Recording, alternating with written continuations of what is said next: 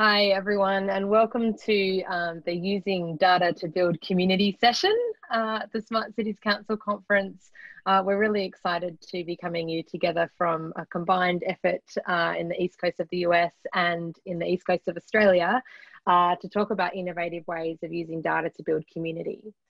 But I think if you'd had this topic 12 months ago, the conversation that we would be having would be so different from the one that we're going to have today.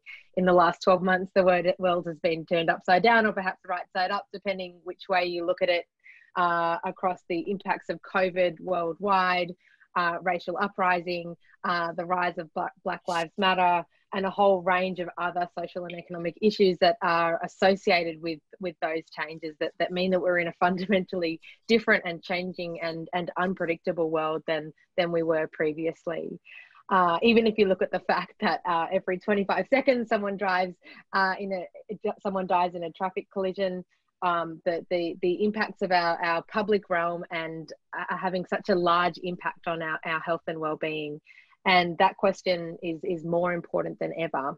So we're really excited to have a conversation about these topics today. My name's Lucinda. I'm a co-founder of Neighbourlytics. I'm here today with Mariella Alfonso, founder and CEO of State of Place, Emily Yates, Smart Cities Director at the City of Philadelphia, Andrea Di Giovanni, Strategic Projects Lead at Neighbourlytics, and Michael Northey, the Project Officer of Place Services in the Property of Place team at the City of Parramatta. If you don't know Parramatta, that's in the sort of inner west of Sydney, Australia. By way of introduction, I also want to acknowledge the traditional land which we're coming to you from today. We have a practice in Australia of land acknowledgements. I'm in the north of Melbourne, so I'm coming to you from Wurundjeri country, part of the Kulin Nation. I expect that Michael is in Eora country, but I might need you to confirm that. Yeah, Eora country, and of all of the lands that we come to today, we just want to acknowledge that, particularly in the context of place. It's a really important past, present, and future to be a part of. So just to kick us off today, I really want to think about the role of data and 2020 and COVID, and I want to start with Mariella, and I'm wondering if you can tell me a little bit about State of Place, but particularly how you use data to understand places, and what's that meant this year in terms of COVID? Yeah, that's a great question. Thanks, Lucinda, for moderating this great panel discussion. So State of Place is an urban design data and predictive analytics software. We help city makers crunch data around microscale urban design features into an understandable score of what's working and what's not from an urban design and built environment perspective. And we have a variety of forecasting tools that help our users kind of envision new potential for places and actually quantify those impacts in real time.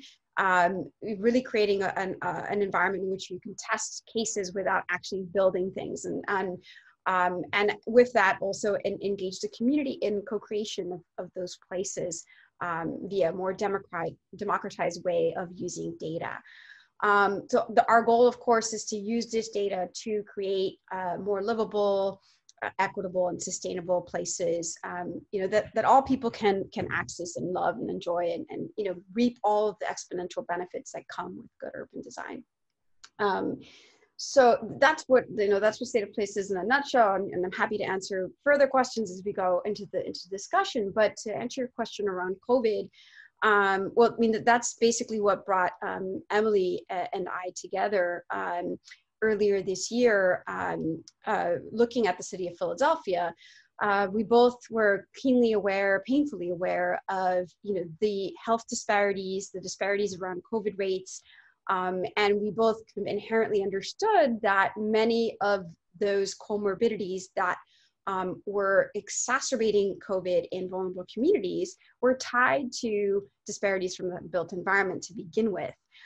So they were, these places are not facilitating healthier behaviors. It makes it harder even to socially distance during COVID. So how could we use data to tackle this new problem, this new and yet existing problem, right? So we, we're basically creating whole new forecasting models. Most of our forecasting models before were focused on how does urban design influence economic development, or environmental mitigation, or kind of just more general health outcomes and safety, but not COVID, right? This is a new thing that's changed, not just the world, but State of Place's trajectory.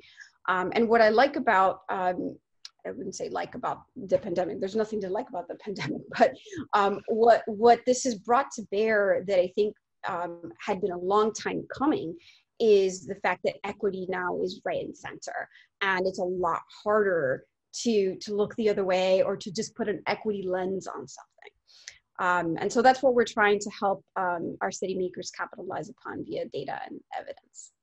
Wow, thanks. And I think you raised such an interesting point around, it's not that these health inequities or inequalities were not there previously, but COVID has kind of put cities through the stress test and brought those to the forefront of the conversation.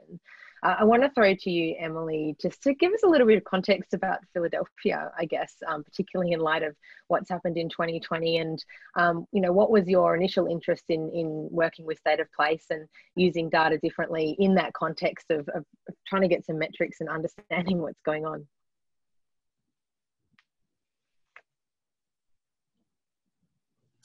The big fail of Zoom, the mute. Someone has to do it. So I know. I'm happy to burst that bubble. I'm really excited to be here. This is such a great topic to be talking about in the smart city space. I think it needs to be talked about more. So I'm really thrilled that I'm able to be here with you guys. In Philadelphia, we define a smart city really as a city that uses integrated information and communication technology to support the economic, social, and environmental goals of its communities. And in that definition, which is a very generic, in my opinion, definition of smart cities, it's clearly putting like the technology and data front and center. And since I started this role about a year ago, I've been working really hard to bring the community much more forward and use them to help define what our problems are, and really ensuring that we're kind of following our framework, which is that we're locally inspired. There's a lot of pride here in Philadelphia. We are not Silicon Valley, so it's very important that it's locally inspired, that we're innovative, equitable, and collaborative. And I think I've taken those 4 kind of phrases to heart, especially in light of COVID. So Philadelphia, for people listening that aren't familiar, we're the 6th largest city in the United States, but we are also the largest poorest city in the United States. So we have approximately 25% of our population living at or below federal poverty level, which equates to about 400,000 households, which is a pretty staggering statistic. We are a majority city as well. And what we experienced with COVID was severe budget cuts. So we lost over $750 million in our latest budget round. And it amplified, to Mariella's point, things that are already been existing, but really brought them front and center. We have a massive digital divide. Approximately, 25% of our population also doesn't have access to internet or technology. And that's huge, especially as we're moving to things like digital learning. And that can really create a bigger divide between those students and their learning. So we also have, as most cities in the US at least have experienced, that our communities of color were harder hit by COVID. And then they're also being harder hit by environmental events that we have here. So not only are they having to deal with COVID, but they're having to deal with heat island impact or urban flooding, which we've had quite a lot of rain this summer and experienced that. Being in these situations and saying, how can we utilize tech and data, not in the quintessential way that tech and data in smart cities is often looked at. It was really nice to talk to Mariella and understand that this tech tool was out there that could really help the city take data in a new way and use it to inform how we are moving forward and practicing what we preach, which is we want to be more racially equitable in the way that we spend money. And so this data is going to be helping us. And we've discovered that more and more as we peel back the layers of those onions here in the city of all the opportunities that we have to use this tool to help us. Thank you so much. And thanks also for the context there. I think for the global audience that's listening, we probably could put Philadelphia on a map, but certainly I wasn't aware of some of the, I guess, challenges and opportunities of the city. I want to throw to Andrea now to talk a little bit about Neighbourlytics, but also specifically the Launch Cities program, which is built on the Neighbourlytics database, which is something that you've really been leading around, looking particularly at measuring place-based wellbeing differently. Do you want to give us a little bit of an outline about what that program is, and I guess why it's important to think about different ways of measuring place? So at Neighbourlytics, we use social data to really understand place and place performance. We're looking at place performance and using this social data in a behavioral context to really understand how a place is really providing or not providing the best opportunities for good well-being, for especially around place-based social determinants of health, and what levers are available to local government to really have a positive impact on those place-based social determinants of health, and to be able to measure impact over time of interventions and programs that they're community. And we really saw this as an area where data and particularly quantitative measurement of these place-based social determinants of health and of the behavioral indicators that are really showing us how well the place is or isn't supporting those was kind of a gap area. Typically, these are things that are measured only qualitatively, and it's really difficult to use that type of data, to obtain that type of data at a population scale persistently over time, and then to be able to use that data that's in such a disparate form in concert with other quantitative data, like the type of data that State of Place uses, to be able to quantify these things that typically are only measured in a qualitative way. So we're really focused on how can we quantify the social life of places and understand what that social life of places is really telling us about the well-being of the people who live there and how well the place is supporting the well-being of the people who live there. And our Launch Cities program is a program to really enable and to support local governments who are doing this for the first time, doing this type of quantitative measurement around place-based indicators of well-being is new for a lot of councils, a lot of local governments. It's typically something that they're measuring with surveys or focus groups or community engagement. And the program is really geared towards giving them all of the support and tools, and also bringing them together in a community of practice so they can really learn from each other and share best practices and insights and experiences to enable them to be successful with this new part of their data journey. Thanks, Andrea. And on that note, I want to throw to Michael. City of Parramatta is one of the launch cities, and you've been working with Andrea over the past sort of 6 months. But I guess in the context of that, I'm wondering if you can first tell us a little bit about City of Parramatta, which I guess for our global audience may or may not be able to put Parramatta on the map. Perhaps you know where Sydney is, but Parramatta is a particularly unique place for Sydney, but also for Australia. And I'm interested to hear a little bit more about what it's been like for you during COVID in Parramatta, and perhaps some of the city context. Of course, thank you, Lucinda. I'd also like to acknowledge the traditional custodians of the land before I begin. I'm coming from the eastern coast of Sydney in the Sutherland Shire, so I'm on the land of the Darawal people. And in Parramatta, the traditional owners are the Darug people. COVID's been particularly an interesting time for the city of Parramatta, and to provide a bit of context around our city, it's the central river city for within our 3 cities metropolis here in New South Wales. And I think everyone really knows the Sydney CBD, the Eastern Harbour City, and increasingly we are experiencing a lot of public and private investment. We've got a 5-year development pipeline of over $20 billion in public and private investment that is being funneled into really delivering enhancing the existing city that we have.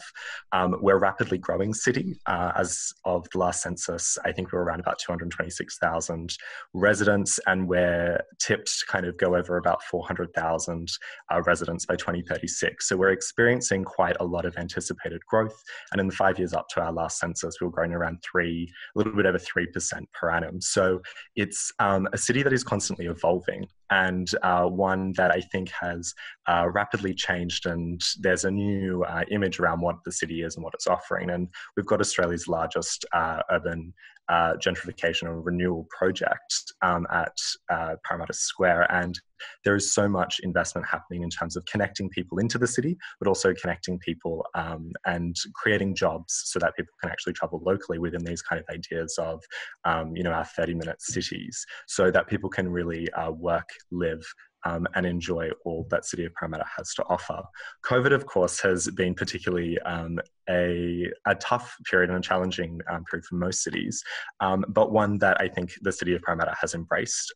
We've been supported despite having some concerns around what we'd be able to do with our budget cuts and, not necessarily receiving the rates and where we're going to be spending the money. Some of the responses that we've had for COVID are things, like small business grants, and also being able to start to change things around our parking restrictions to help kind of facilitate that kind of click and collect model of goods that are being purchased, and also to help people to kind of travel more locally to get the supplies that they need, and also allow people to become more aware of what services are operating within COVID and what businesses still had their doors open and were able to provide those kind of essential services to our community members. It's been a really interesting time, and Council has fully endorsed the support of the work that my team does in Place Services, which is to continue this kind of capital works program and pipeline that we work on to deliver these really interesting and meaningful places, assets, and opportunities for our community to come together to congregate and use the physical and natural environment. We were really interested in working with Andrea and Lucinda from Neighbourlytics because of the data that we didn't previously have access to. As Andrea mentioned, it's about being able to leverage these kind of qualitative insights that we don't necessarily get across that kind of population spread. And as our people are changing, as our communities are changing, it's really important to start to understand the behaviours and how people are using the spaces that we currently have, but how we can start to make more informed decisions moving forward to help create spaces that people really love, spaces that are really livable, and spaces that help attract visitors into the city of Parramatta as we move forward. Thanks very much, Michael. I want to kind of open up a little bit of a discussion now particularly around data innovation. I guess both State of Place in very synergetic ways are looking at perhaps innovative ways of shedding a light on place in a way that we haven't understood it before, or have only understood it qualitatively and not quantitatively. And I want to, I guess, throw to you, Michael, and then Emily, particularly about looking at the role of data within city governments. And I know that city governments have huge amounts of data, but sometimes it can be challenging to apply. And I want to, I guess, ask you about what it's been like to work with new data sets, because perhaps even working with existing data can sometimes be a challenge, but then working with a more innovative or newer source of data also has its challenges. So I'd be interested to know, like, what was interesting for you in the first instance about looking at that source of data and what that's been like, and perhaps just stick with you for a moment, Michael, and then I'll throw back to Emily. Great, thanks, Lucinda. I think that there's some inherent challenges that emerge as with government bodies as we are early adopters of new and emerging data and innovations. And I think at City of Parramatta, something that we found most interesting about working with Neighbourlytics is this kind of alternative data that can be provided. For us, data plays such a big role in creating people-centric environments, and it's really hard to create places that are focused for people without actually consulting or engaging or having data that speaks to what people are doing or using our spaces for. And for us, it's I think when we first engaged some of the other cities as part of our Launch Cities program, it's this idea that, oh, maybe this data is going to be, answer all of our questions. But I think one of the great things about having this additional data set is that really it starts to shape and offer new perspectives to existing problems and challenges that we're receiving, but also helps build, this more rich picture of what our environment is, both our physical and natural attributes that make up the local and neighbourhood centres that our people constantly frequent, and also the associated amenities within those areas. And working with Enablytics, the data that's being provided has been particularly interesting for us as we start to embed new ways of looking and new ways of seeing and interpreting places that typically we would have to rely on different data sets or more kind of laborious, longer drawn out processes to kind of get some of those rich insights. Thank you. And Emily, working in smart cities, I'm sure you're working with a lot of different types of data at Philadelphia. But I'm interested to know, what was interesting for you about sort of seeking out new data sources to complement what you already understand? That's a really good question. We do, one of the things that we pride ourselves in Philadelphia is the amount of data that we collect and how we store it and make it accessible. We have our Open Data Philly website. So data is inherent and critical to smart cities. I think similar to what Michael mentioned, some of the challenges we run around getting new data sets is, the tension, risk, do we want to collect data that might not paint us in the best light as a city, right? That's always a little bit, we don't want to give more ammunition to the community to come at us. But at the same time, I think it's important that we acknowledge where we're not doing well and use that data to drive improvements. And I think a lot of it is also the challenges that I've had are capacity of my colleagues. They're all doing amazing work. They've done a great job responding to the COVID challenges. And, they're in the kind of, let's just do things. We don't need more data. What do we need more data to tell us? We already know what we need to be doing, but we don't have access to data at the micro scale that Mariella is providing us with. And having that evidence-based data is so valuable to how we move forward with our projects that have any geospatial component to it. When COVID hit, I kind of made a resolution to myself that I wasn't going to move forward any project that didn't have massive ROI for multiple departments or had some budgetary impact, right? Because as soon as something hits, the vendors just come out of the woodwork and start to kind of email you and say they have the next solution that your city needs. And that was the lens through which that I was evaluating projects. So when I was talking to Mariella and she was telling me of this outcome, it was like, I can see value for this with our Department of Public Health. I can see value for this with our Parks and Recreation Services and how they're targeting certain neighborhoods for providing access to playground equipment during the summer. I can see value for this with our budget office and trying to develop a participatory budget process. But I think what was the greatest is that as I've started to share this with my colleagues, I've stopped pushing it on them. I've just been like, hey, I've got this project. It's really cool. This is the overall goal of it. This is the data we're getting. And I started to find that there are overlapping interests and that there's a lot of value that I didn't even think about, such as with our Office of Violence Prevention and the use of the data that Mariella can pull to inform how we might have interventions in the public space that can reduce violence in certain communities. That's really powerful, especially right now as Philadelphia has made, I don't know if we made the news in Australia, but I had network members reach out to me from Europe. We had a shooting the other day, a police shooting. And it's just, that has been amplified as well as COVID. And so that's been one of the great things about working with Mariella and the data.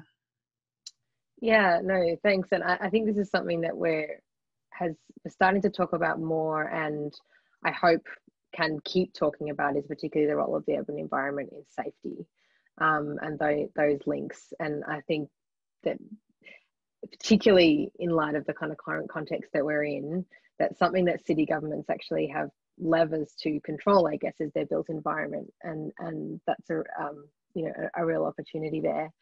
Exactly. I want to talk about specifically data innovation for a moment, and perhaps through the conversation back to Mariella and Andrea.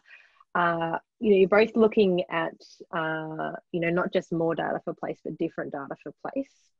And you know, why do we need to understand places differently? Like, what's wrong with what we've got and what we understand? I'll start with you. That's a very loaded question. Of course, there's lots wrong with it, but I'd love to understand from your perspective, you know, why you think we need to think about it differently. I'll start with you, Mariella, if you could talk a little bit about State of Place's role in data innovation. Yeah, well, I think I'd like to tell you just the quick story of like my background, because that really shapes kind of why I do what I do and what we're trying and why we, you know, measure what we measure.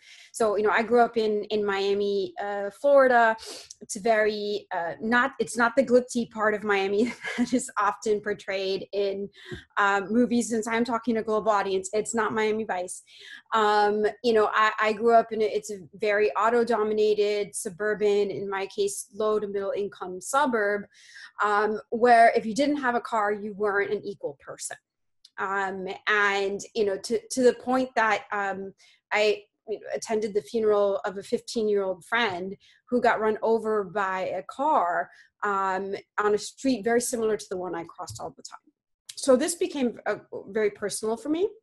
And I continue to ask myself the question, why are we doing this? Why are we designing cities for cars and not for people? But because I have this kind of social science, data geeky brain, I didn't want to tell people, hey, you have to design better, right? Even though I can like totally boss people around, I just didn't want to do that way. I wanted to use data and evidence to prove to people that design mattered, and it mattered across different aspects of quality of life. And so that's really what sparked me into the idea of metrics and measurements and all that kind of stuff. And in order to do what I wanted to do and advocate for better urban design via data, I had to quantify what is better urban design. And this was like, 20 years ago when we started on this. We were thinking about very specifically walkability, but of course, quality of place is much broader than that.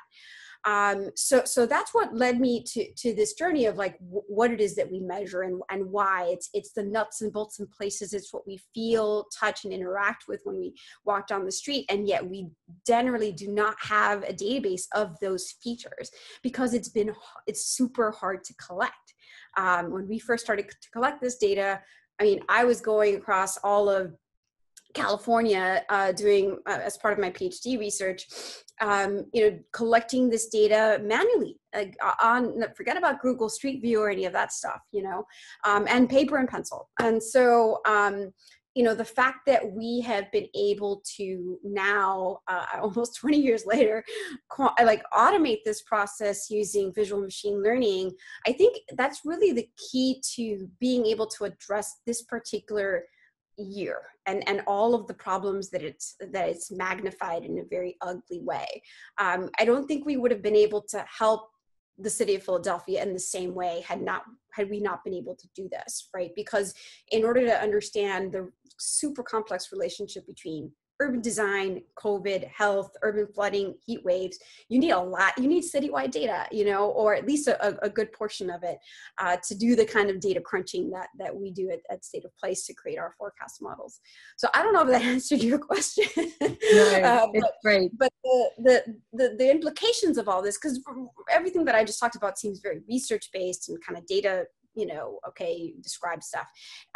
What I pride ourselves on this tool is that it takes that data and gives you like actionable stuff to do to make places better, where it's not just diagnosing like what's working and what's not and then kind of leaving you like, okay, you figure it out. We use those forecasting models to say, actually, some of these urban design leverage points might work better for some outcomes versus others. So cities that have limited budgets, that gives them an opportunity to say, okay, maybe these are short-term, medium-term, and long-term goals.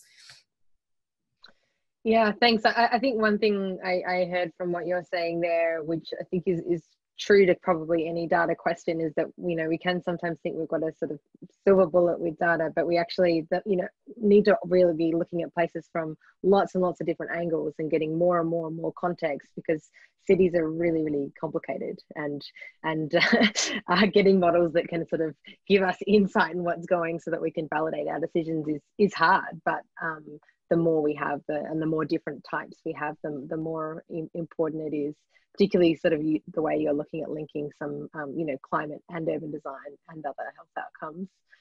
I want to throw to Andrea on the data innovation question. You've been working with innovative data for a long time, before Neighbourlytics, and now with what you're doing with the Social Prosperity Standard and Launch Cities. Can you talk a little bit about why you think we need to think about measuring places differently? What new insights can we gain?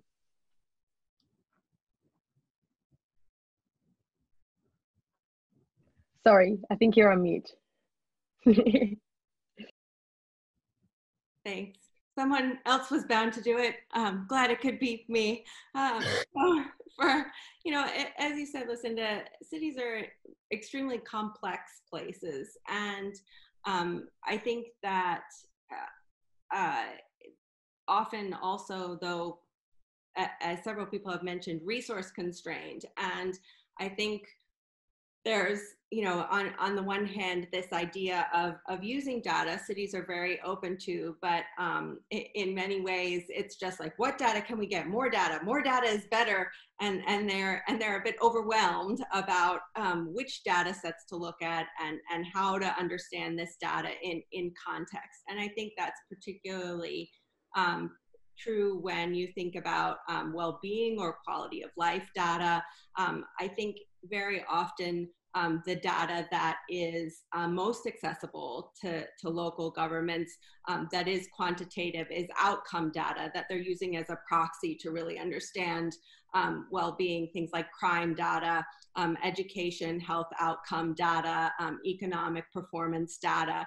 But that doesn't really make visible to them what levers are available to influence those outcomes. I think very often that's quite obfuscated when you're thinking about well-being, when you're just looking at crime data. Well, how do you change that? What are the levers beyond the traditional ones of just increasing police presence or tough on crime, which, very often those also don't seem to be driving the outcomes that we really want. How do we reveal the levers that are available to us?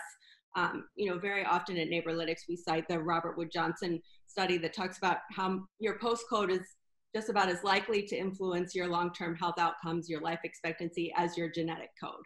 And where we live and how we experience where we live has a profound effect on our long-term health, on our psychological well-being, on our experience of daily life.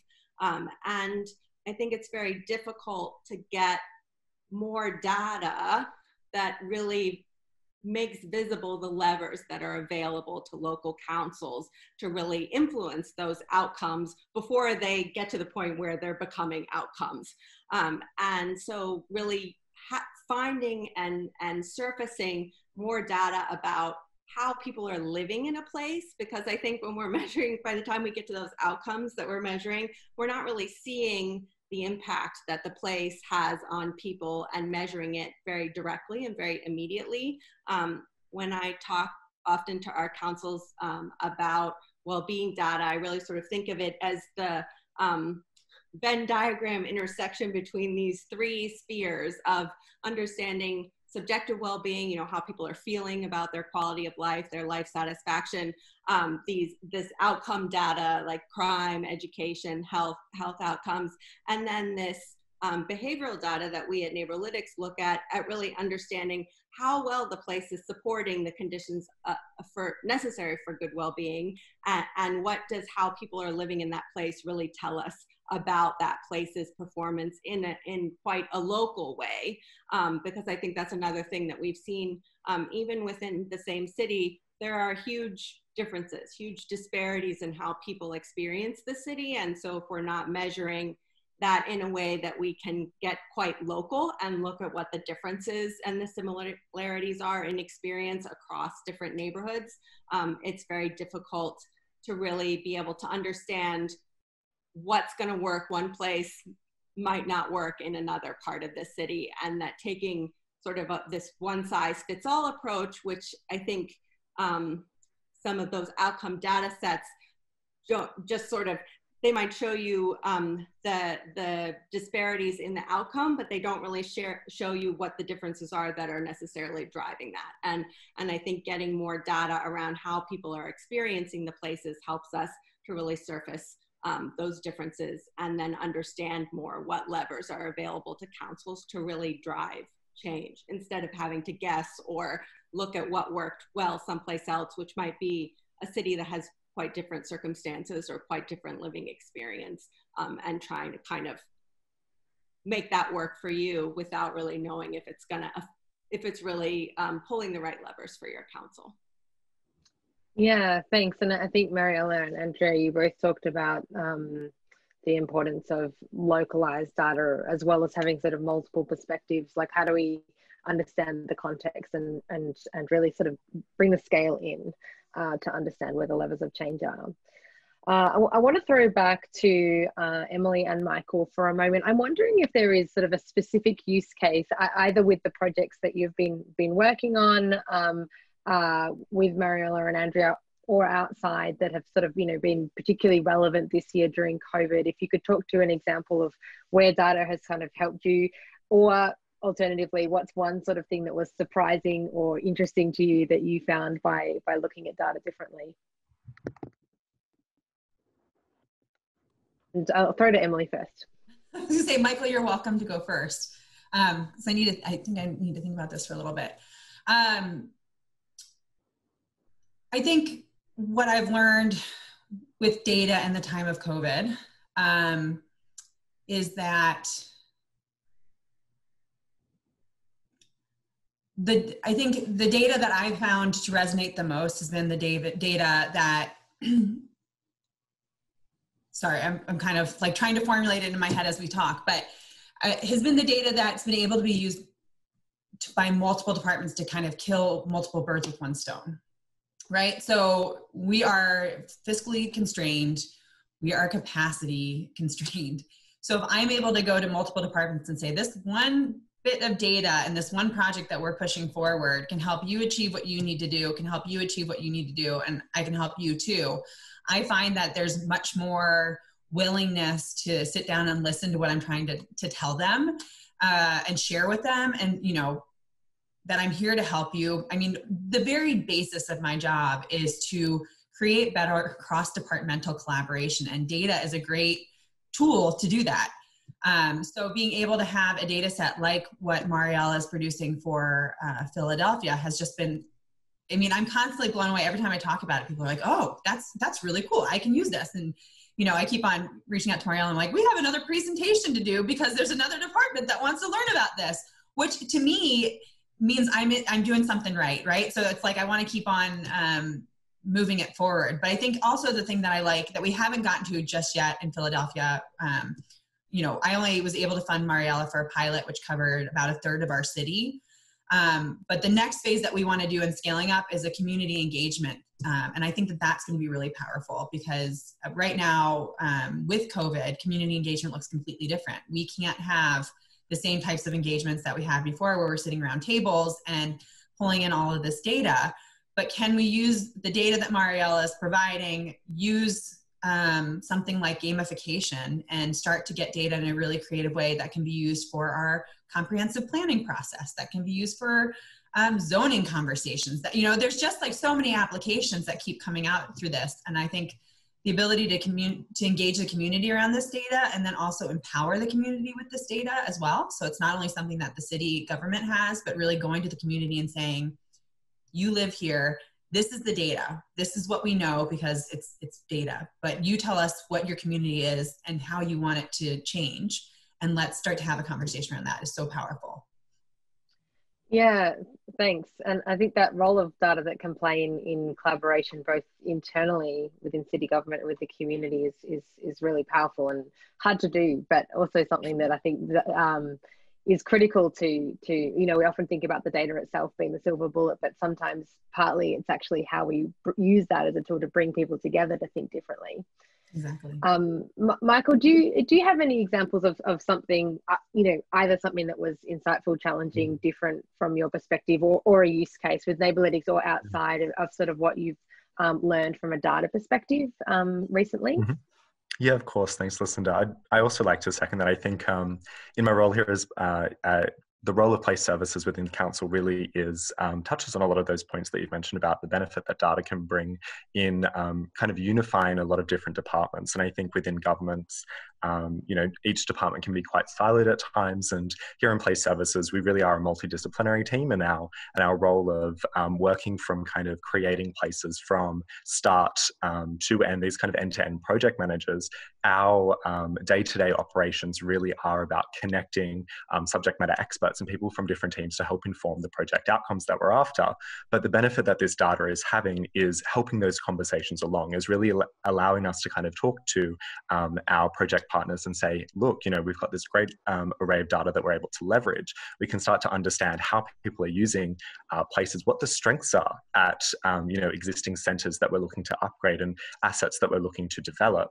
And starting to understand how this can inform more nuanced and more rich outcomes for our community members.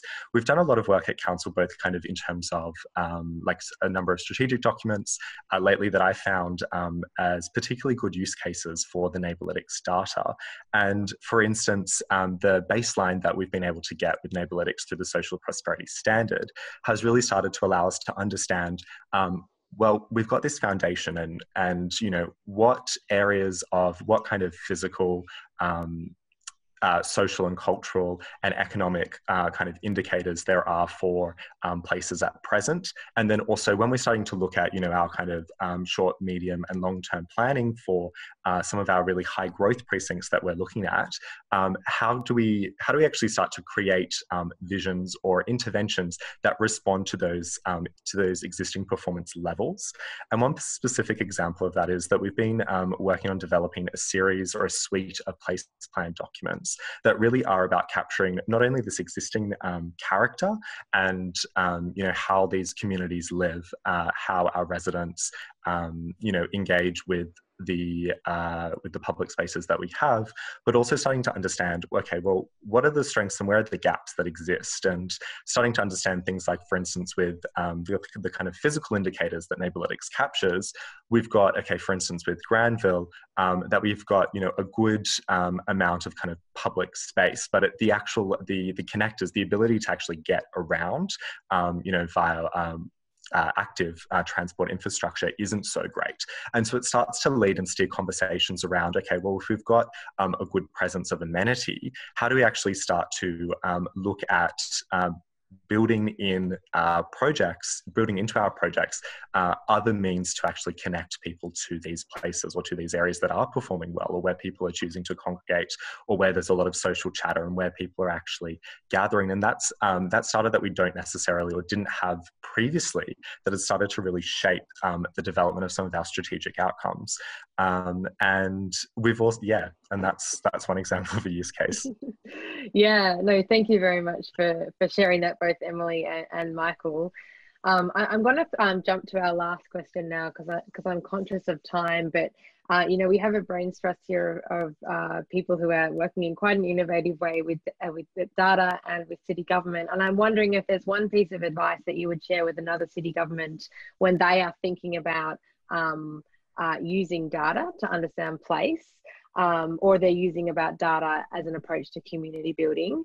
And whether that's, we've heard today around, using it as a tool for collaboration or for new insights, or there's a whole range of things. But what's one piece of advice that you would give to other city governments? And it's a tricky question, but I might jump to Mariella first. Thanks, Lucinda. The first thing is just get started.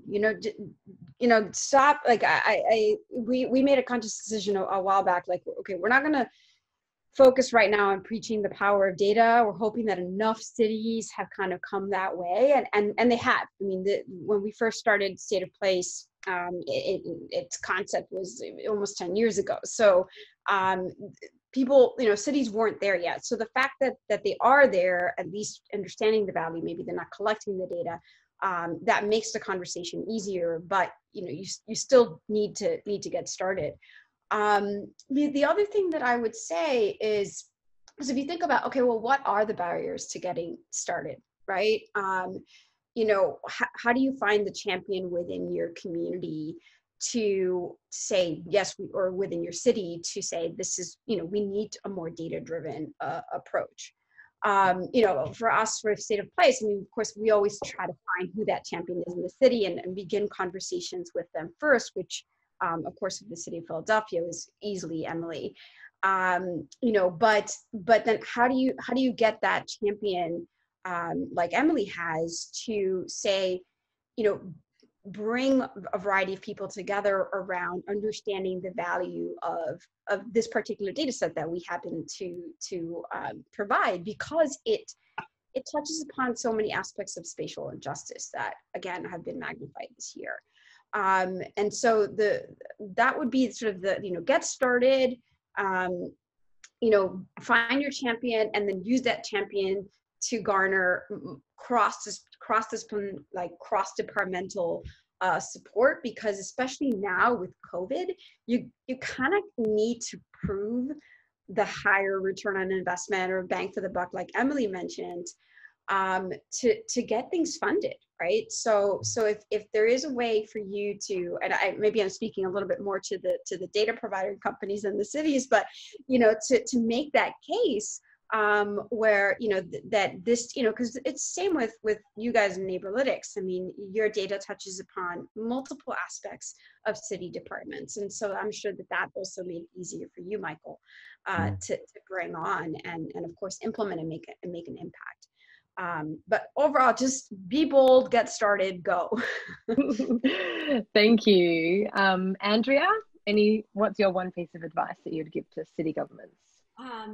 So I think I build off of what Mariella said, and also say, don't be afraid to be open to new types of data and new data sources and new applications of that data. I think that, you know, two things that the COVID has particularly surfaced for us with the councils that we're working with and with our data are doing community engagement in a traditional way, doing surveys and focus groups and that type of outreach is going to be challenging, not just now, but probably for a fair bit of time in the future, given COVID. You know, you're not going to be bringing a group of residents together in a forum to do a focus group with them, or you know, doing door-to-door surveys and things like that.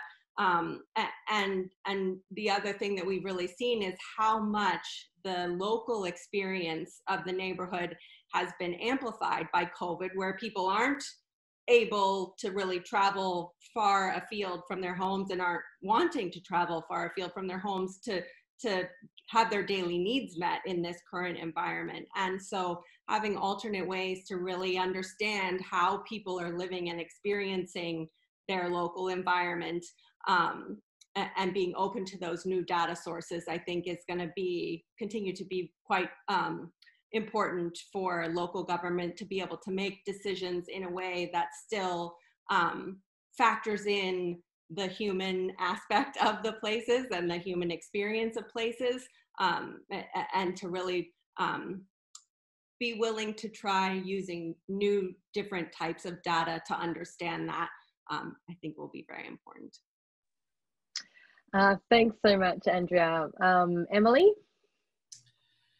Well, besides echoing everything that Mariella and Andrea said, I think my piece of advice would be use data to remove the emotion and fear. You know, I think a lot of times we are guided by what we think is information, but ultimately it's a result of emotion or fear of something. And I that's one of the reasons I like data, is it is what it is. And I think that can help in a lot of varieties within the city. I wouldn't say that to the community, because I think emotion is what they need to bring to the table, and to stick to the vision. So, you know, we know data works. Just kind of commit to the fact that we need to use it, and we need to continually find new ways to get it, and continue to innovate in that space. So. Thank you, Emily. And Michael, you have the last word.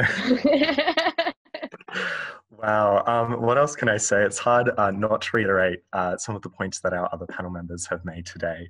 For me, I think that it's important to not forget your why. And I think that what is the driving motivation for a government body or a council that started, to help you on this journey? For us, it really is about being able to continue to deliver and provide places that are people-centric and focused on delivering, more livable outcomes for our community members. And it's great to be able to have data that can do this. And it's important, I think, when you're starting to get onto this data journey, not to forget or not to shy away from the fact that sometimes you're just going to have more questions than answers. And that's a great thing. It starts to open up a plethora of alternative avenues for project development, for new conversations, and to really allow for more rich insights to occur. And that's something that we've definitely embraced at the City of Parramatta whilst we've been partnering with Neighbourlytics, but also with all of the other councils that have been part of the Launch Cities program. And it's really great to be able to have a sounding board of people who are working in very different and diverse geographical areas that are coming up with different questions and challenges, but how we can kind of leverage the data to embrace these new opportunities has been really exciting. And so don't shy away from the questions that might emerge, because they really do lead to some really great outcomes in the end.